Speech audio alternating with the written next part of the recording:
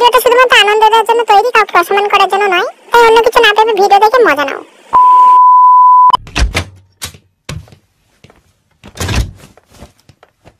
Thanks. For what? আমার প্রতি আপনার কনসার্ন দেখে।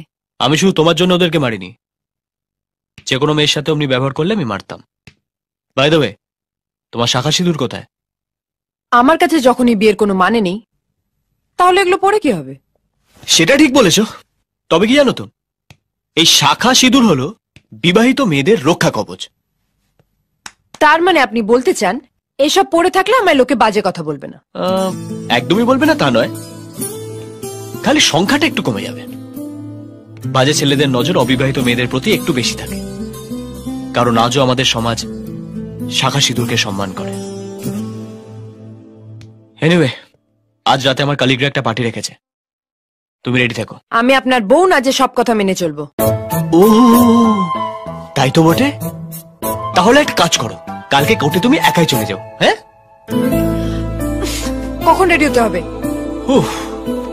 ফুলটু গিরগিটি সেকেন্ডে সেকেন্ডে রং বদলায়। এই শোনো, ঠিক 6টা। জীবন জ্বালিয়ে দিল।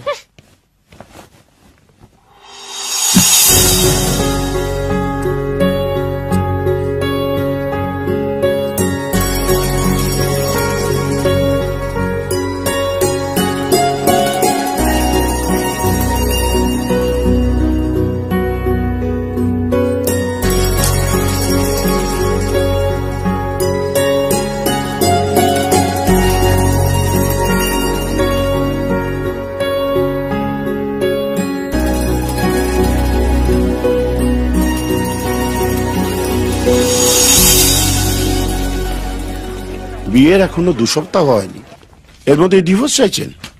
আপনারা দুজনেই রাজি? হ্যাঁ। প্লিজ স্যার, ডিভোর্সটা যাতে তাড়াতাড়ি হয় তার একটা ব্যবস্থা করুন। তাড়াতাড়ি বললে তো হবে না, এটা কোর্ট, আর কোর্টের কিছু নির্দিষ্ট নিয়ম কানুন আছে। আপনাদের এই অ্যাপ্লিকেশনটা আজকে গ্রহণ করা হলো এবং 6 মাস সময় দেওয়া হলো। এই 6 মাসের মধ্যে যদি আপনারা আপনাদের মত না বদলান, তাহলে কোর্ট ডিসাইড করবে আপনাদের ডিভোর্স হবে কি না। ইম্পসিবল। এই 6 মাস যদি আমি আপনার সাথে এক ছাদের তলায় থাকি, তাহলে বিক্রমকে কি কৈফিয়ত দেব? ও আমার সম্পর্কে কি ভাববে? না, এটা হতে পারে না। আমি থাকতে পারবো না। বাবা জোর করে বিয়ে দিয়ে দেবে, কোর্ট একসঙ্গে থাকতে বাধ্য করবে, নিজের ইচ্ছের কি কোনো দাম নেই? নাও কেটে পড়ো। কেটে পড়ো। মানে এইভাবে হঠাৎ করে আমাকে চলে যেতে বললে আমি কোথায় যাব? সেটা এতক্ষণ প্যান প্যান করার আগে ভাবার দরকার ছিল, তাই না? কোর্ট আমাদের 6 মাস সময় দিয়েছে, 6 মাস একসাথে থাকতে বলেনি তো। কোথায় যাবে বলো? বাপের বাড়ি? নাকি তুমি জানো বিক্রম কোথায় থাকে? শোনো, তোমাকে আমার বাবা মায়ের সামনে দিয়ে হাসি খুশি নিয়ে আসবো বলেছিলাম, আর সেটা আমি করেছি। এখন তুমি চলে গেলে আমার বাবা মা কি করে ম্যানেজ করতে হয় সেটা আমার জানা আছে। হ্যাঁ বলুন বলুন।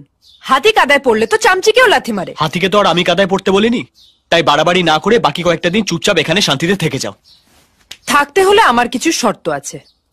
1, আমাকে অকারণে উত্তেজিত করবেন না। 2, আমার পারমিশন ছাড়া আমার রুমে ঢুকবেন না। প্রয়োজন হলে আমি আপনাকে ডেকে নেব। অ্যান্ড ফাইনালি, আমার সমস্ত খরচার দায়িত্ব আমার। মানে বিক্রমের সাথে যখন দেখা হবে ও সব শোধ করে দেবে। সুতরাং হাফ বাড়ি আপনার, হাফ বাড়ি আমার। ওই রুমটা আমার, এই রুমটা আপনার। বাবা, আম্বানির নাতনি, প্রপার্টি ভাগ করে দিলে। শোনো, তুমি আমার ফ্ল্যাটে থাকছো, তাই শর্ত আমি দেব। সপ্তাহে 3 দিন তুমি রান্না করবে, 3 দিন আমি। 3 দিন তুমি ঘর পরিষ্কার করবে, 3 দিন আমি। সানডেটা ছুটি, ওদিন আমি বাইরে কাটাবো। আর ফাইনালি, দুঃস্বপ্নে ডাকলেও তুমি আমার রুমে পা দেবে না। আচ্ছা, একটা কথা বলুন তো, আমি যদি সত্যি আপনার বউ হতাম, আমাকে দিয়ে এত কাজ করাতেন? না, কখনো না। তাকে আমি রানীর মতো মাথায় করে রাখতাম, দেবীর মতো আমার মনে সিংহাসনে জায়গা দিতাম, তার সাথে আমি বন্ধুর মতো ব্যবহার করতাম।